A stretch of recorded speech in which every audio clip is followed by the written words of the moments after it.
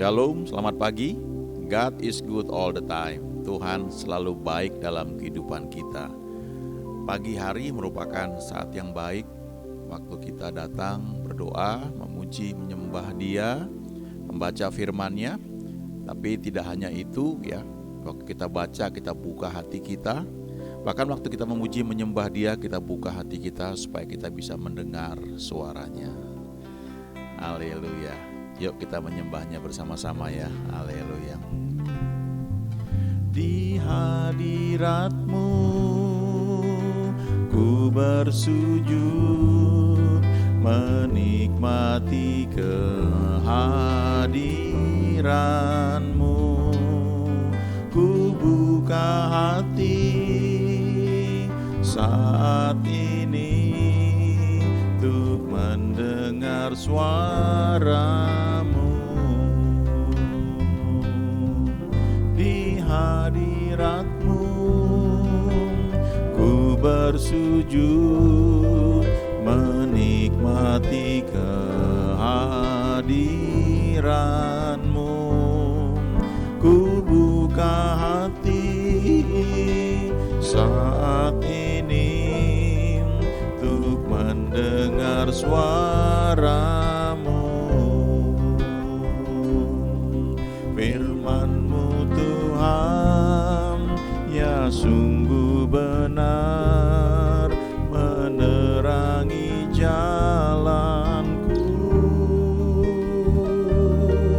Firman-Mu Tuhan menuntun hidupku, ku bersyukur padamu.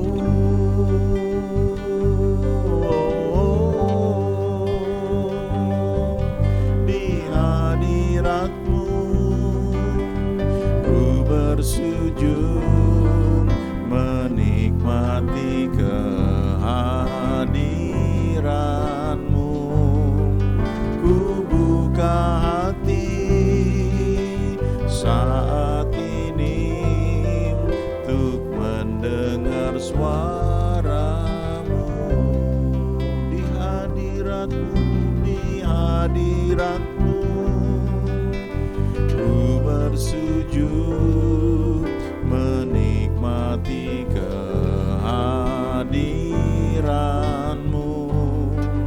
Ku buka hati saat ini untuk mendengar suara-Mu. Firman-Mu Tuhan, ya sungguh benar, menerangi jalanku. Firman-Mu Tuhan menuntun hidupku, ku bersyukur padamu.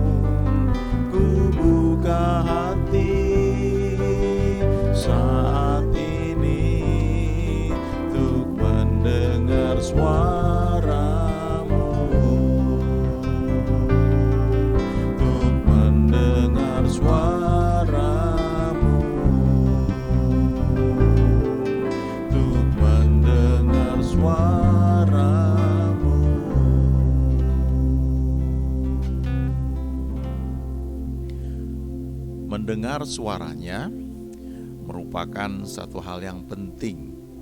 Firman Tuhan berkata di Yohanes 10 ayat 27, domba-dombaku mendengarkan suaraku, ya. Tidak hanya mendengar tapi menyimak, memperhatikan. Salah satu terjemahan bahasa Inggris mengatakan domba-dombaku tuh listen, ya, memperhatikan, menyimak. Nah, waktu kita mendengar firman Tuhan, maka kita sedang diubahkan cara berpikir kita. Dan pada tahap-tahap tertentu kadang-kadang ada firman yang begitu kuat berbicara buat kita, dan itu menjadi rema. Dari rema itulah muncul iman. Roma 10 ayat 17 berkata, iman timbul karena pendengaran akan rema, ya, akan firman Tuhan yang rema.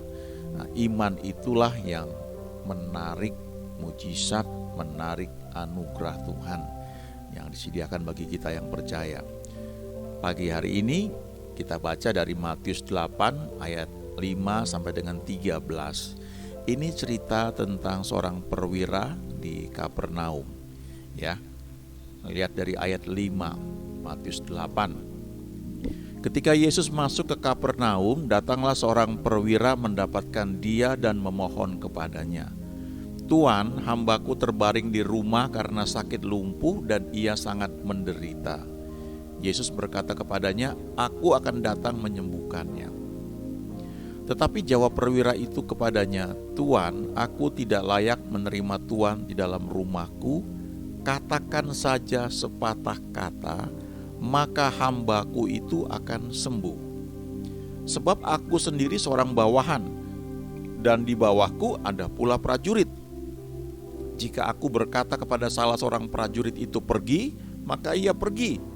Dan kepada seorang lagi datang, maka ia datang. Ataupun kepada hambaku, kerjakanlah ini, maka ia mengerjakannya." Lalu ayat 10.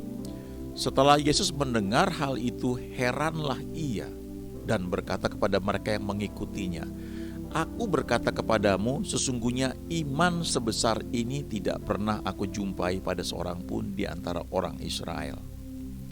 Lalu ayat 11, Ayat 11, "Aku berkata kepadamu, banyak orang akan datang dari timur dan barat dan duduk makan bersama-sama dengan Abraham, Ishak dan Yakub di dalam kerajaan surga.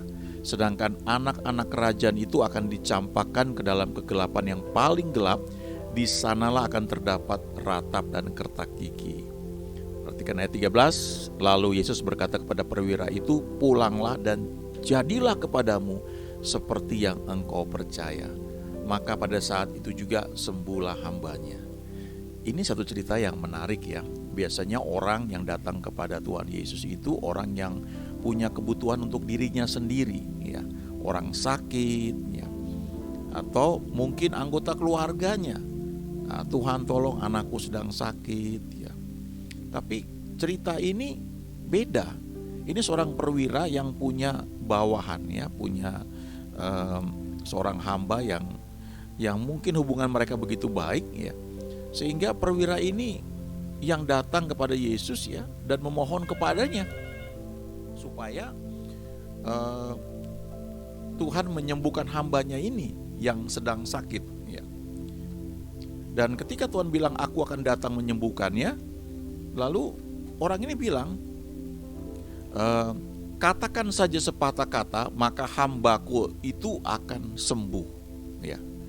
Jadi dia ini menunggu perkataan Yesus, ya, dan dia percaya Yesus nggak perlu datang, ya, cukup ngomong sepatah kata saja, maka hamba dari perwira ini akan sembuh, ya. Dan perhatikan di ayat 10, ya, waktu Yesus mendengar hal ini dia heran, ya, karena dia bilang ini satu tingkat iman yang cukup besar yang aku belum pernah lihat. Aku gak pernah lihat ada di antara orang Israel, ya. Jadi dia kagum akan hal ini. Kalau sebelum-sebelumnya kita perhatikan, ya, ada 10 orang kusta, ya, datang bersama-sama kepada Yesus. Kemudian mereka berseru dari jauh, "Guru, kasihanilah kami." Lalu ada cerita mengenai satu orang kusta yang sendirian datang kepada Yesus dan berkata, Tuhan, jika Tuhan mau, Tuhan dapat mentahirkan aku, ya. Dia punya iman yang lebih besar, ya, tingkatannya, ya, dibandingkan yang 10 orang itu, karena dia berani sendirian datang kepada Yesus dan dia bilang, kalau Tuhan mau, Tuhan dapat mentahirkan aku. Lalu ada juga iman orang yang sakit lumpuh, ya, dan teman-temannya juga punya kepercayaan, punya iman bahwa Yesus bisa menyembuhkan, sehingga mereka menggotong orang lumpuh ini dan menurunkannya dari atap, ya, karena rumah tempat mereka datangi itu di mana Yesus sedang mengajar penuh sesak, sehingga nggak bisa masuk dari pintu lagi. Jadi mereka naik ke atas dan mereka membuka atap tersebut, ya. Nah, tapi ini semua mereka hadir, ya, mereka ada di depan Yesus. Mereka berusaha untuk bisa ada di depan Yesus dan mendengar dia berbicara langsung. Lalu mereka terima mujizat itu. Tapi perwira Kapernaum ini punya iman yang beda, ya. Perwira ini punya iman yang beda. Dia bilang, Tuhan, katakan saja sepatah kata, ya, cukup itu, dan hambaku gak perlu datang. Bahkan aku juga gak perlu datang, ya. Aku juga gak perlu hadir di situ, ya. Engkau bicara aja sepatah kata, maka hambaku itu akan sembuh. Ini satu tingkatan iman juga, ya. Bagaimana kita bisa percaya kalau Tuhan ngomong sepatah kata saja, itu akan terjadi, ya. Itu akan mengubah keadaan. Nah, cukup menarik kalau kita perhatikan, ya, kita pelajari bahwa Yesus ini pernah mengecam beberapa kota, ya.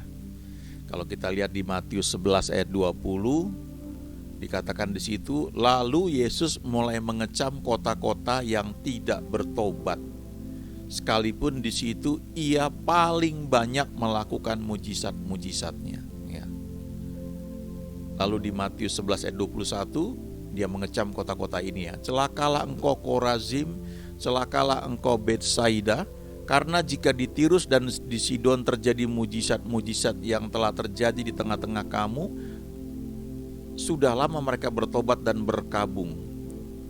Tetapi aku berkata kepadamu, pada hari penghakiman tanggungan Tirus dan Sidon akan lebih ringan daripada tanggunganmu.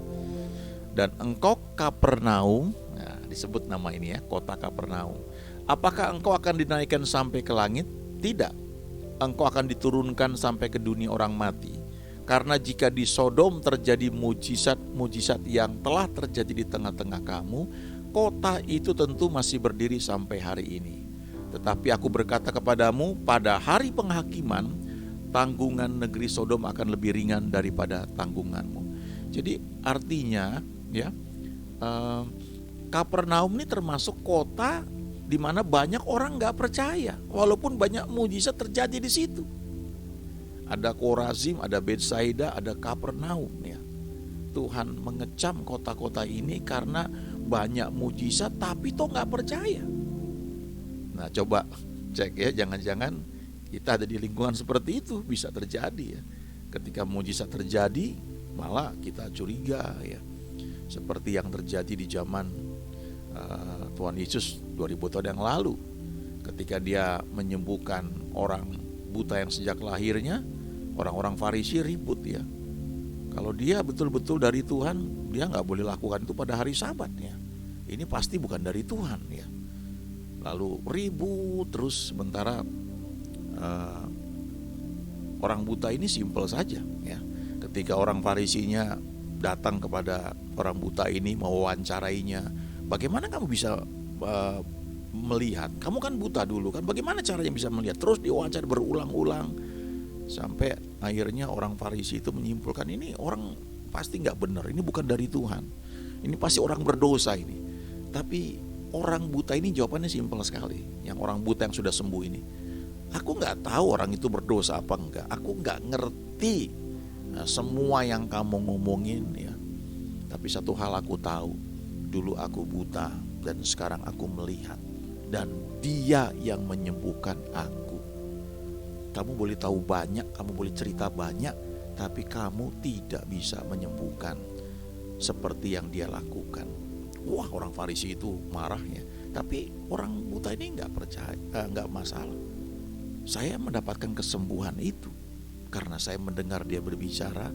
Dia berkata kepada saya, setelah dia mengaduk tanah, dia meludah ke tanah, mengaduk tanah itu dengan ludahnya, lalu menempelkannya pada mata ya orang buta ini.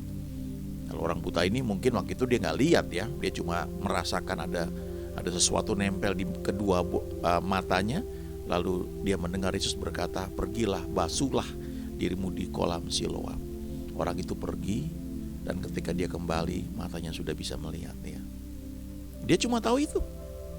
Dalam hidup kita kadang-kadang kita meributkan banyak hal, tapi coba baca firman Tuhan, baca dengan hati yang terbuka. Apa yang tercatat di situ itu bukan cerita sekolah minggu untuk anak-anak kita. Betul, anak-anak kita bisa ajarkan itu, tapi itu juga buat kita. Itu ditulis supaya kita percaya bahwa Dia adalah Mesias, Dia adalah Tuhan. Itu ditulis supaya kita percaya, dan waktu kita percaya kita memperoleh hidup dalam namanya. Kita memperoleh apa yang Dia janjikan. Kadang-kadang kita mungkin sudah sering baca Alkitab, jadi kayak baca koran saja. Coba sediakan waktu ya untuk merenungkan, mencamkannya. Dan kalau kita perhatikan ya, mujizat itu terjadi di Alkitab ketika Yesus berbicara, ketika Dia berfirman. Tapi sebelum Dia berbicara, sebelum Dia berfirman, seringkali Dia mengajar dulu banyak orang. Nah, teaching atau pengajaran itu merubah mindset, merubah cara berpikir. Nah, kita seringkali berharap mujizat terjadi itu seperti bim salah bim itu. Nah, kita sakit, tolong doain, datang ke tim doa, minta didoain, tumpang tangan, kita berharap langsung blab sembuh. Terjadi demikian. Itu bisa terjadi, sangat bisa terjadi. Kalau Bapak Ibu baca atau mendengar cerita atau lihat di YouTube ya, banyak hamba Tuhan yang Tuhan pakai dalam kesembuhan ilahi. Salah satunya Kathryn Kuhlman yang sudah meninggal ya. Dalam ibadah dia, zaman dulu tuh masih di tenda-tenda ya. Jadi tenda yang besar dibangun bisa muat ribuan orang. Nah, Kathryn Kuhlman ini seorang wanita ya. Dan ketika sudah pujian penyembahan dan dia masuk, dia naik ke panggung dari belakang, dia cuma cerita mengenai kasih Tuhan. Lalu dia menyembah Tuhan. Dan banyak orang sakit disembuhkan instan. Sering terjadi, banyak terjadi. Orang datang dalam keadaan koma, digotong ya, dipakai tandu atau dipakai tempat tidur rumah sakit dengan botol infus, itu masuk ke kebaktian. Mungkin seperti cerita orang lumpuh yang digotong oleh 4 orang temannya itu. Dan sebagian dari orang-orang itu kadang-kadang gak sadar dalam keadaan koma, hanya dibawa ke kebaktian. Dan waktu penyembahan tiba-tiba terjadi mujizat, orang itu sembuh. Banyak kejadian juga yang datang itu belum percaya Tuhan Yesus. Datang karena dibawa keluarganya, karena dipaksa dan sebagainya. Tapi di kebaktian itu tiba-tiba sembuh waktu sedang menyembah Tuhan. Tapi kalau kita baca, kita pelajari ya, orang-orang yang sudah kenal Tuhan Yesus, percaya Tuhan Yesus, seringkali mujizat atau kesembuhannya tidak terjadi seperti itu. Seringkali mereka tuh harus belajar percaya. Mereka mesti membaca, merenungkan firman-Nya. Itu kira-kira kayak begini ya. Waktu kita punya anak baru lahir ya, maka anak itu semuanya perlu ditolong. Dari sejak dia lahir, dia cuma bisa nangis, lalu dimandikan, dibersihkan semua, dikasih pakaian, lalu mulai dibawa ke ibunya untuk disusui ya. Kemudian setelah berapa lama mulai dibawa bisa pakai susu dari botol ya. Dia nangis ya, semua orang tuanya yang melayani ya. Ganti pakaian, ganti popok ya, terus seperti itu. Lalu dia mulai bertumbuh besar ya. Orang tuanya mulai mengajar, orang tuanya senang ketika anak ini mulai bisa ngomong mama, papa, harus bisa tertawa. Wah, itu sukacita sekali lihat kayak begitu. Lalu anak ini dikasih minum susu terus, tapi harus dikasih minum susu. Kalau dia nangis, lalu diperiksa, oh mungkin dia haus, diambil susunya ya, dikasih minum, atau mungkin disusui pakai air susu ibu oleh ibunya ya. Lalu ketika dia nangis lagi, oh lihat, oh popoknya basah, diganti, terus seperti itu.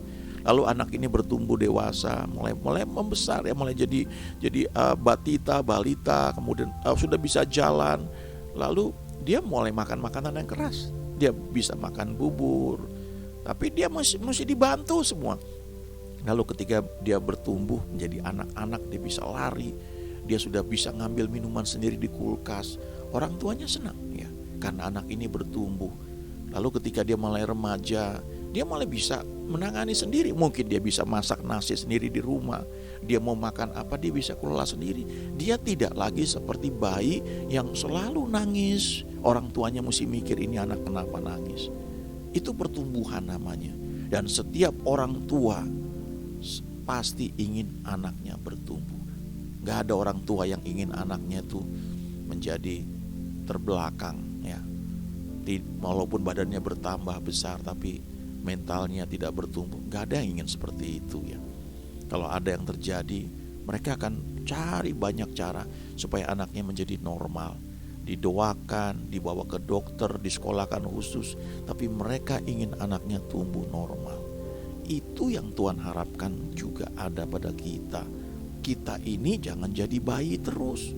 Jangan selalu nangis ya. Tolong doakan. Pasti didoakan, tapi bertumbuhlah. Ayo belajar baca firman Tuhan, belajar cari Tuhan, belajar berdoa. Kalau kita sekolah untuk naik kelas itu ada ujiannya. Nah, ujian itu membuat kita belajar, mengulang lagi apa yang sudah kita pelajari, supaya waktu ujian kita bisa lulus. Kalau kita lulus, kita bisa naik kelas. Kalau kita naik kelas, kita semakin dipercayakan banyak hal. Kalau Bapak Ibu mau misalnya dipercayakan untuk mengelola suatu perusahaan, maka perlu skill ya. Bukan sekedar kalau itu orang tua kita punya perusahaan diwariskan begitu saja. Gampang wariskannya, tapi bisa nggak dikelola dengan baik? Perlu belajar ya, perlu bertumbuh. Ada skill yang perlu dipelajari. Dalam doa juga begitu ya. Belajar mendengar suara Tuhan, belajar untuk menangkap suaranya. Kita lihat beberapa contoh ketika Tuhan berfirman, one word, satu kata dari Tuhan bisa mengubah kehidupan kita ya. Kita lihat di Lukas 5 ayat 4 misalnya. Ini cerita mengenai Simon yang waktu itu sudah mencari ikan semalaman gak ada hasilnya. Lalu Yesus lewat dan Yesus pinjam perahunya, dan Yesus pakai perahu Simon itu sebagai mimbar untuk mengajar firman kepada banyak orang. Ya, perhatikan, Yesus mengajar. Jadi Simon dengerin itu teachingnya Yesus. Nah, setelah itu Lukas 5 ayat 4, setelah selesai berbicara, Yesus berkata kepada Simon, bertolaklah ke tempat yang dalam dan tebarkanlah jalamu untuk menangkap ikan. Ini rema buat Simon. Itu firman buat Simon. Pilihannya ada pada Simon, mau nurut apa enggak. Nah, ini yang kita perlu sebenarnya dalam doa. Kita tangkap dia itu bicara apa. Dia bicara, cuma kita seringkali tidak menyimak hal itu. Ya, kita perlu belajar mengenali suaranya. Contoh lain lagi, Yohanes 21 ayat 6. Murid-murid waktu itu cari ikan semalaman tidak dapat apa-apa. Dan menjelang siang ada Yesus di pantai. Yesus sudah bangkit waktu itu dari kematiannya. Lalu Yesus berkata kepada mereka, tebarkanlah jalamu di sebelah kanan perahu, maka akan kamu peroleh. Lalu mereka menebarkannya dan mereka tidak dapat menariknya lagi karena banyaknya ikan. Ada firman rema yang spesifik yang diberikan kepada mereka saat itu. Sama seperti Lukas 5 ayat 4. Waktu Simon nurut, tiba-tiba ikan yang dicari semalaman, yang tadinya gak ada, tiba-tiba banyak sampai jala mereka mulai koyak. Lalu lihat lagi di Lukas 17 ayat 14 ya. Ini cerita mengenai 10 orang kusta. Nah, mereka sudah dengar bahwa Yesus menyembuhkan orang sakit. Dan mereka mau disembuhkan, mau ditahirkan. Lalu mereka datang bersama-sama dan mereka berteriak dari jauh, "Guru, kasihanilah kami." Ya. Lalu Lukas 17 ayat 14, Yesus memandang mereka dan berkata, "Pergilah, perlihatkanlah dirimu kepada imam-imam." Nah, itu perkataan rema, itu firman yang diberikan kepada mereka. Dan waktu mereka lakukan, sementara di tengah jalan, mereka menjadi tahir. Kalau kita berdoa, apa yang kita cari ya? Kita memuji menyembah Tuhan, kita menikmati hadiratnya. Dia mengajar kita, dia mengubah cara berpikir kita. Kita diubah menjadi semakin baik, semakin serupa dengan Yesus. Jiwa kita ini mengalami sanctification. Roh kita sudah lahir baru, ya, sudah dibenarkan, ya, sudah sempurna. Roh itu penurut, tapi jiwa kita masih dalam proses sanctification. Lewat apa? Lewat baca firman, merenungkannya, lewat persembahan hidup, lewat belajar nurut Dia. Nah, itu yang kita harapkan. Kalau kita dengar Dia berbicara, atau kita lakukan, maka mujizat itu terjadi. Yuk kita nyanyi lagi lagu ini ya, sebelum kita doa ya. Di hadirat-Mu ku bersujud, menikmati kehadiran-Mu. Ku buka hati saat ini untuk mendengar suara-Mu.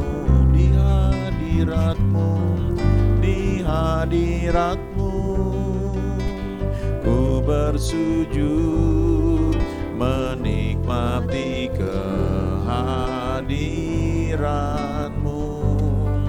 Ku buka hati saat ini untuk mendengar suara-Mu. Firman-Mu Tuhan, ya sungguh benar, menerangi jalanku. Firman-Mu Tuhan menuntun hidupku. Ku bersyukur padamu. Oh, di hadirat-Mu ku bersujud, menikmati kehadiran-Mu. Ku buka hati saat ini untuk mendengar suara-Mu.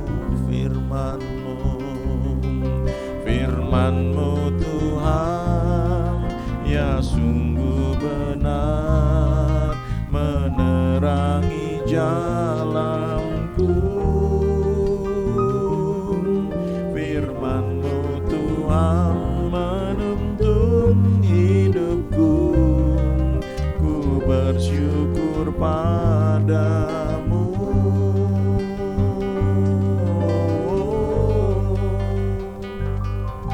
Di hadirat-Mu ku bersujud, menikmati kehadiran-Mu. Ku buka hati saat ini untuk mendengar suara-Mu, untuk mendengar suara-Mu,